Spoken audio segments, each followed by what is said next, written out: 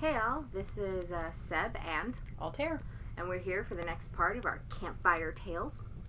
Last time we told you about the bridge that nearly killed me and the villager of clearly not human things. That fed us very well and gave us a lovely pink torch. I'm not saying they weren't polite. Mayor Smith was super polite. However, he gave us a trap. I don't think that was their intent to send us into a trap, because if it was, how did we solve their problem with Borgo for them? Okay, I have a theory about that, but I don't want to spoil the ending for everybody. Alright, that's fair. Carry on. Okay, so last time we got fed, they handed us a pink torch. So we've got this pink torch that I'm carrying at the time, and we're heading down into this ravine. Now, in all fairness, we did have two paths. We could have gone up further into the mountain, which one would think would make sense, that you should do something like that when looking for a storm god. But we also had the ravine path. And they did say something about, how did they explain it? Like a shrine, temple thingamajig at the bottom. A place of grand forbidden knowledge. Yeah, that sounds about right. Yeah. So we went for that one. Which did make sense at the time. Additionally, Altair seemed really focused on it, so I am guessing at this point in time there was that extra voice telling you to go for it. You know, thinking back, the voice was totally all for getting that grand forbidden knowledge, because it seemed very intrigued to know what was there that it might not know. Yeah, I think we might have had some other things at play.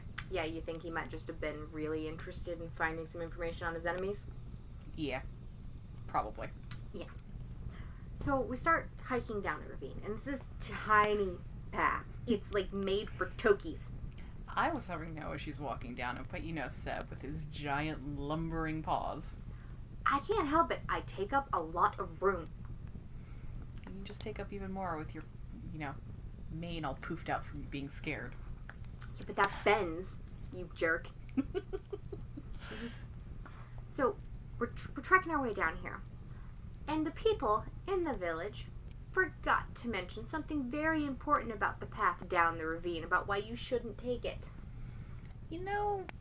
Maybe they'd never been down there, so maybe they hadn't forgotten to mention it. Because it feels like something that you would definitely remember if you'd ever been down that path. How do they know about the grand forbidden knowledge? Folk tales? Yeah, pretty sure they just didn't tell us about it. It could have went worse for us. We got out unscathed. Yeah, we did. So, we're heading down there, and all of a sudden we start hearing, hoofbeats, which is weird, because there's nothing on the path with us. So what the heck is making hoofbeats? And I mean, it's like big hoofbeats, not like, mountain goats or whatever. You expect to hear those clattering around on the rocks. But no, this was like Clydesdales. Yeah, Clydesdales on steroids. Yeah. So we look up, and above us is a herd of ice mares. Have you ever seen an ice mare before? They are so cool. They're giant. They are giant, creatures made of the swirling wind and snow, and they have collected all of this, ice that basically works as, their hooves. So there's, 4 blocks of ice running through with the ghostly shape of a horse and burning blue eyes. Like I said, really cool. I suggest you not see one up close and personal like we did. Yeah. I especially suggest you don't see 30 up close and personal like we did. Yeah. It's a herd that was descending upon us for being on their path in their territory. With, a very obvious beacon of light. Okay, you might have a point on trap. Yeah. I feel like they sent us down there to die. That seems like a waste of their food, then. I don't know if it was real food. I guess I was still hungry. Exactly. And if it's, unseelie food, probably just turned to dust after you ate it. I feel cheated. Yeah, you should. Those guys are dicks. Damn it. I really liked you guys. So, we're standing there and we're like, do we fight or do we run for our lives? And Altair literally jumps up onto my back, snatches the torch, and starts swinging it away like a wild man at the ice mares. It seemed at the time that it would work. Fire, ice, fire wins. Yeah. So I literally get my teeth into his tail and just start running. Yeah, I think I fell off your back at some point, and I really do not appreciate being drugged face first through ice. Nobody does, but it was that or die. Okay, their hooves were kind of bigger than your head, so I guess if they'd stepped on me, I would have really been just... Dead. Poof. Dead. The word is dead. Kapoof. Death ravine. And now we know why. I wonder if they just randomly charged through there. Probably. That seems about right. Yeah, probably. I mean, they were smashing parts of the rock and, like, chunks were just flying in every direction. We got lucky nothing killed us. Lucky or, just awesome. Yeah, we made it with a couple bruises. Down the ravine. It was a thing. And as we're getting down there, we could see, like, another couple paths, and we could keep running. But then there was also a cave. And I saw the cave, and I thought, well, maybe they can't fit in the cave. So to the left we went, veer into the cave. Always go left if you have the option. It always goes right. Wait, how does always going left always go right? It always goes, like, good. That sort of right. But you said right. Yeah. Like, so shouldn't you always go right because that will always go right? No, you don't want to go right. Right is what they expect of you because you think it'll go right, and therefore it goes bad. That's why you go left. They never expect it. Your theories are intriguing, Seb. I'm not sure where you come up with them. From a lot of experience in spending time with you. To the left we go. Which might have been a mistake now. It worked out for us, I think, that we didn't get crushed by a herd of ice mares. No, they stopped at the entrance of the cave. And honestly, if you're thinking about it, they're made mostly of wind. I mean, deadly wind, but wind.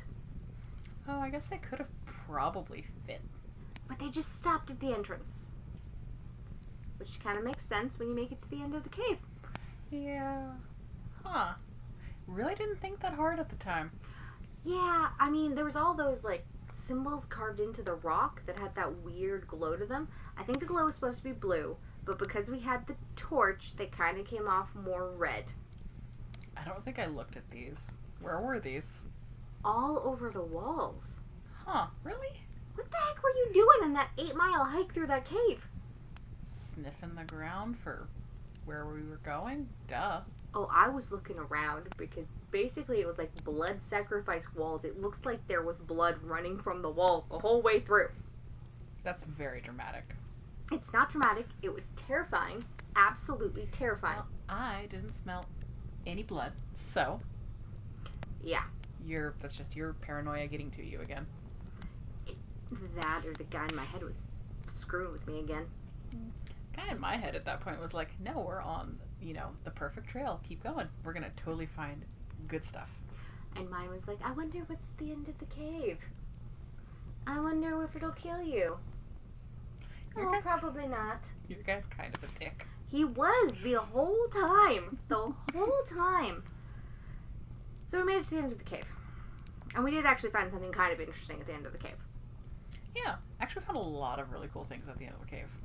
It was just like a giant pile of stuff, quite honestly. Like weird jutted rocks and ice sticking out in every direction with this massive bluish gold. Bluish? Metallic. Metallic? Yeah, I keep saying gold because it's metallic. That's what it is. Yeah. So I guess it was more like silvery blue. Mm-hmm. Just every direction, shooting out like light, and there was a lot of just stuff laying around. Like gems and coins and carvings and oh my god, I wanted all of the things. You did, which is very strange for you. Like, we like things, but not that much. Well, at the time, the voice was totally telling me that if we just ate all the things, we could keep all the things. Yeah, that sounds on brand. And, mine was just like, ooh, I wonder how long we have to wait here. And I was like, for what? And he's like, obviously for the owner to get back. And I was like, nope, we're out. I think you grabbed me while I was trying to pry some gems out of the ice. Yeah, you were. And I was like, leave it. And you were like, no, we can't leave it. We must take something. And I was like, fine, take this. Yeah. I feel like the gemstones in that ice was way better than the little human-shaped black rock thing that you shoved in my mouth. Yeah, but it made you move, so really it was the best thing in that cave. Ugh. It was portable, it was small, and you couldn't easily eat it. I tried. Yeah, I know you did. That's what we talked about our whole way up the other passage. Yeah. We were going up, right? Because I didn't feel like we were. It didn't feel like we were going up at all. It felt really level, really straight. But you know what? It wasn't the first time we got teleported. Yeah. We might have something on this whole Death Mountain magic nonsense. Yeah. I'm pretty sure it's everything to do with these little talismans that we got here. Yeah. I do still think mine was far cooler. Ugh. Yeah, I guess. But, you know, in the end, both of them are pretty crap. Yeah, I'll give you that. Yeah. So, this time, I swear we don't even go 2 miles before we emerge. And somehow we're back on top of the mountain. Like, actually the top. Like, I think if we turned around, there wasn't much more up above us. No, there wasn't. And then the cave looked like a dark, dark drop to death. Huh. I wonder what would have happened if we went back in. I don't know, and it's probably good we didn't find out. Yeah. But that's okay, because when we got out, we totally got distracted. Well, I got distracted. Yeah, okay, Altair got real distracted, and I just tried to save his life multiple times. It was for a good cause. It was in the name of hunger. Yeah, a lot of our trip was in the name of hunger. I'm going to explain what hunger he was feeding this time on our next part. This is Altair and Sep, and we'll see you next time.